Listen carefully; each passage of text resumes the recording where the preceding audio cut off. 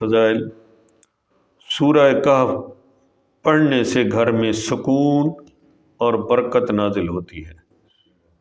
چنانچہ حضرت براء بن عازب رضی اللہ تعالی عنہ فرماتے ہیں، ایک مرتبہ ایک صحابی رضی اللہ تعالی عنہ نے سورہ کہف پڑھی، گھر میں ایک جانور بھی تھا، وہ بدکنا شروع ہو گیا تو انہوں نے سلامتی کی دعا کی اور غور سے دیکھا کہ کیا بات ہے، تو انہیں ایک بادل نظر آیا جس نے انہیں ڈھانپ رکھا تھا۔ ان صحابی نے رضی اللہ تعالی عنہ نے اس واقعہ کا ذکر جب تاجدار رسالت مآب صلی اللہ علیہ وسلم سے کیا تو آپ صلی اللہ علیہ وسلم نے فرمایا، اے فلاں، قرآن پاک کی تلاوت کرتے رہا کرو، وہ بادل سکینہ تھا جو قرآن مجید کی وجہ سے نازل ہوا تھا۔ حضرت ابو درداء رضی اللہ تعالی عنہ سے روایت ہے کہ رسول کریم صلی اللہ علیہ وسلم نے ارشاد فرمایا، جو سورہ کہف کی ابتدائی 10 آیات یاد کرے گا وہ دجال کے فتنے سے محفوظ رہے گا۔ حضرت ابو سعید خدری رضی اللہ تعالی عنہ روایت کرتے ہیں، نبی کریم صلی اللہ علیہ وسلم نے ارشاد فرمایا، جو شخص جمعہ کے دن سورہ کہف کی تلاوت کرے گا تو آئندہ جمعہ تک اس کے لیے خاص نور کی روشنی رہے گی۔ سورہ مریم،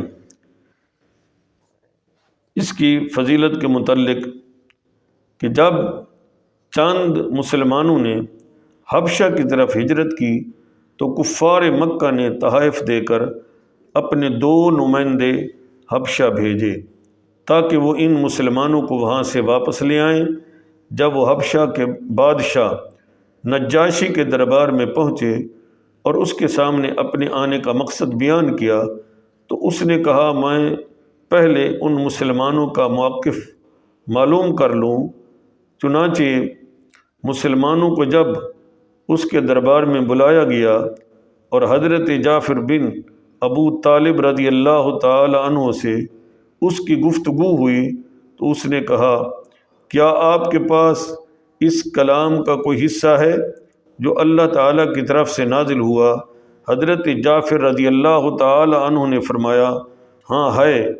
پھر اس کے سامنے آپ رضی اللہ تعالی عنہ نے سورہ مریم کی تلاوت کی۔ حضرت ام سلمہ رضی اللہ تعالی عنہ فرماتی ہیں کہ اللہ کی قسم، نجاشی سورہ مریم سن کر اتنا رویا کہ اس کی داڑھی بھیگ گئی، اور اس کے دربار میں موجود وہ لوگ جن کے سامنے مصاحف کے کھلے ہوئے تھے اتنا روئے کہ ان کے وہ مصحف بھیگ گئے۔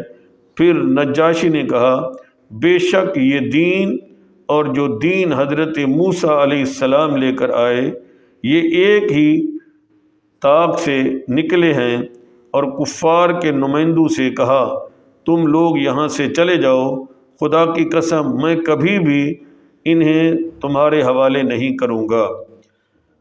حضرت ابو مریم غسانی رضی اللہ تعالی عنہ فرماتے ہیں، میں نے نبی کریم صلی اللہ علیہ وسلم کی بارگاہ میں حاضر ہو کر عرض کی، یا رسول اللہ صلی اللہ علیہ وسلم، آج رات میرے ہاں لڑکی کی ولادت ہوئی ہے۔ حضور پر نور شافع یوم النشور آپ صلی اللہ علیہ وسلم نے ارشاد فرمایا، آج رات مجھ پر سورہ مریم نازل کی گئی ہے، تم اس کا نام مریم رکھ دو۔ چنانچہ اس لڑکی کا نام مریم رکھا گیا۔ وما علینا الا البلاغ، یہ تمام جو بیان کی گئی ہیں یہ احادیث کی دیگر کتب کے اندر موجود ہیں۔ اگر ان تمام کو ایک کتابی شکل میں دیکھنا چاہتے ہیں، صورتوں کا تعارف اور باہمی مناسبت، شیخ الحدیث و تفسیر ابو صالح مفتی محمد قاسم قادری اتاری کی کتب میں سے یہ تمام دلائل کے ساتھ اور بڑی شرح کے ساتھ آپ دیکھ سکتے ہیں۔